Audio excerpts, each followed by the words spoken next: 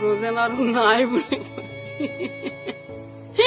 ওৰ উপৰ নাই ব্ৰোজেনও না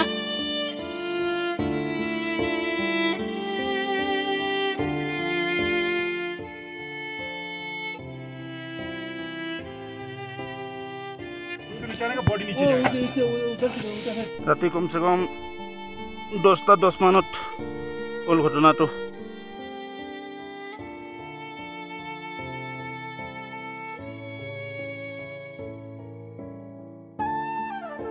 মোৰ ল'ৰা ব্ৰজেন বৰ্মন, মোৰ ব্ৰজেনৰ মাক হয়।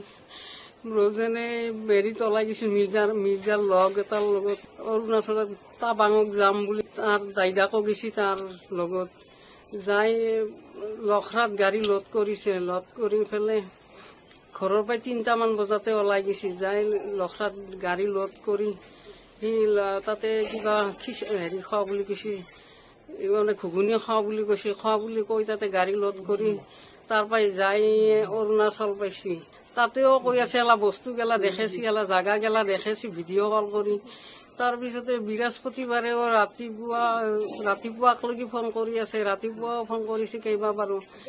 আমি এই এখন পাহাৰ চাওঁ, নীলাচল পাহাৰ, এইফালে মন্দিৰ আছে, এলাখান দেখাই থাকি ভাটিবেলাও ফোন কৰিছে। তাৰপিছতে ৰাতি তাৰে পিছতে যি এক্সিডেণ্ট হৈছে আমাক খবৰে দিয়া নাই। পিছদিনাই 2টামান বজাত আমাক 1:30-2টামানত আমাক খবৰ দিছে বোলে ব্ৰজেনৰ এক্সিডেণ্ট হৈছে বুলি কৈছে।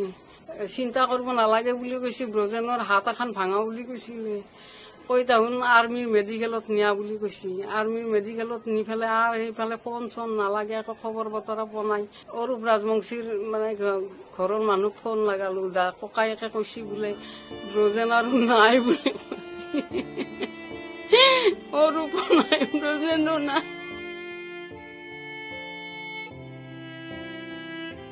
মই ব্ৰজেনৰ ৱাইফে হয়। বুধবাৰ 10 তাৰিখে মোৰ হাজবেণ্ডক মিৰ্জাৰ পৰা লগৰ বন্ধু অৰূপ ৰাজবংশী নামৰ ল'ৰা এজনৰ লগত হেৰি অৰুণাচললৈ গৈছে। ইয়াৰে মানে ঘৰৰ পৰা 3:30 ময়ো গৈছোঁ, মোৰ হাজবেণ্ড, মোৰ দাদা একেলগে আমি ওলাই গৈছোঁ। তাৰপিছত মোৰ হাজবেণ্ডে আৰু মোৰ দাদা মানে ব্ৰজেন আৰু ডাঙৰ দাদা সিহঁতে লখৰাত গৈছে। তাতে গাড়ী লোড কৰিছে। 6টামান বজাত এনেকৈ ফোন কৰিছে। ফোন কৰি পেলাই মোক কৈছে যে লোডিং কৰিলোঁ, আমি এতিয়া যাব ওলাইছোঁ। মই কৈছোঁ কি ঠিক আছে যোৱা, তাতে গৈ বা ফোন কৰিবা। বুধবাৰেও ৰাতি ধুনীয়াকৈ ভিডিঅ' কল কৰি কথা পাতিলোঁ, সকলোৱে ভালে আছে।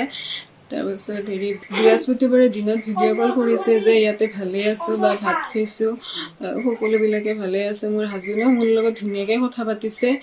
ফোনটো ৰখাৰ পিছত আৰু ৰাতি যেতিয়া 11টামান বাজিছে তেতিয়া এক্সিডেণ্ট হৈছে। আমাক কোনে কোৱা নাই, ফোন কৰিছোঁ বহুতবাৰ, ফোন চোন একো লগা নাই।